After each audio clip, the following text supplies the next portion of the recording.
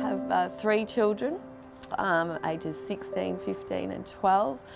I did get married at 19 and found myself pregnant to a man that I really didn't know that very well.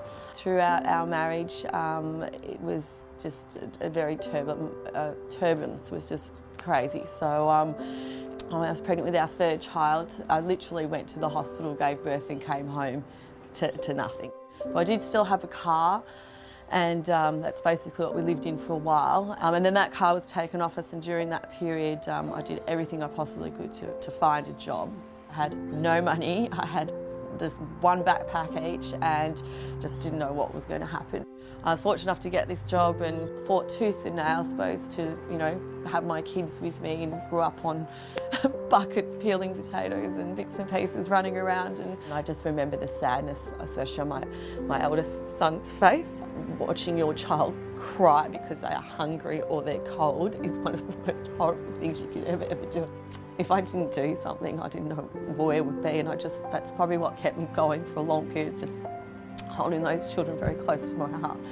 Going through those experiences is not what you choose to do, but sometimes it just happens. Been single parent since my daughters were 2 and 6 months old. I was working in factory. One day I was on top of the ladder and the ladder broke, and that led to a condition in my spinal cord. Yeah, immediately after surgery I'd lost use of my left leg and couldn't go to the toilet, and basically it means that half of my body's in constant burning and pain levels like that for nearly 11 years. That was right at the time when Felicity was starting in primary school.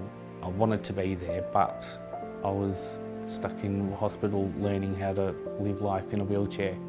And it's been very difficult finding work because most employers, they've always got some excuse as to why they can't have a wheelchair in that work environment area. So I sort of try and keep busy with doing artwork and music and that sort of stuff.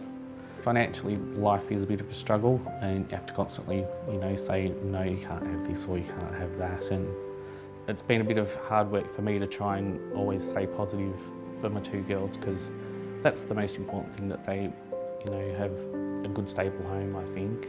I think if I didn't have my kids there, I would have probably given up a long time ago. I have 7 children. Well, everyone's up at about 6:30 in the morning. I feed the babies. Dad's usually gone to work by then. Get the kids ready for school, send them off by 8:30. My 4-year-old goes to kinder. Yeah, we just pretty much play here and it's too hard to go out.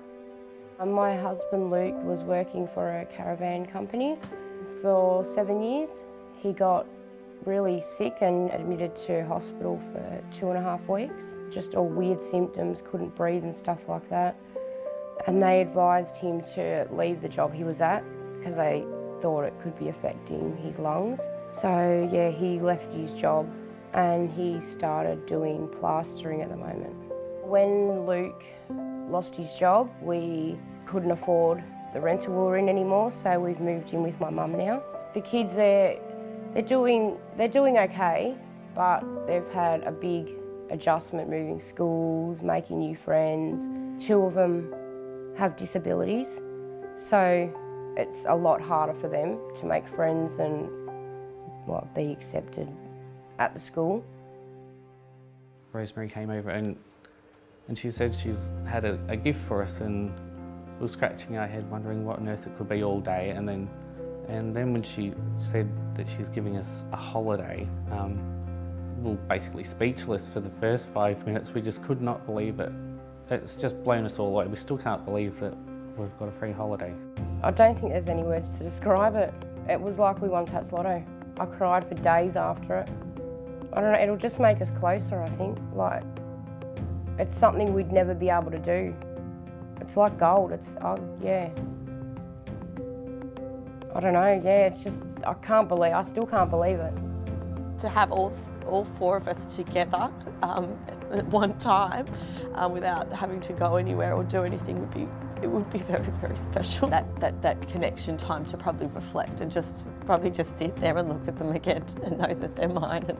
I don't know how to explain just how grateful and happy that there's people out there that do this thing for others. Just the feeling you get from being told you've been given a holiday is, wow, it's enough, like, yeah.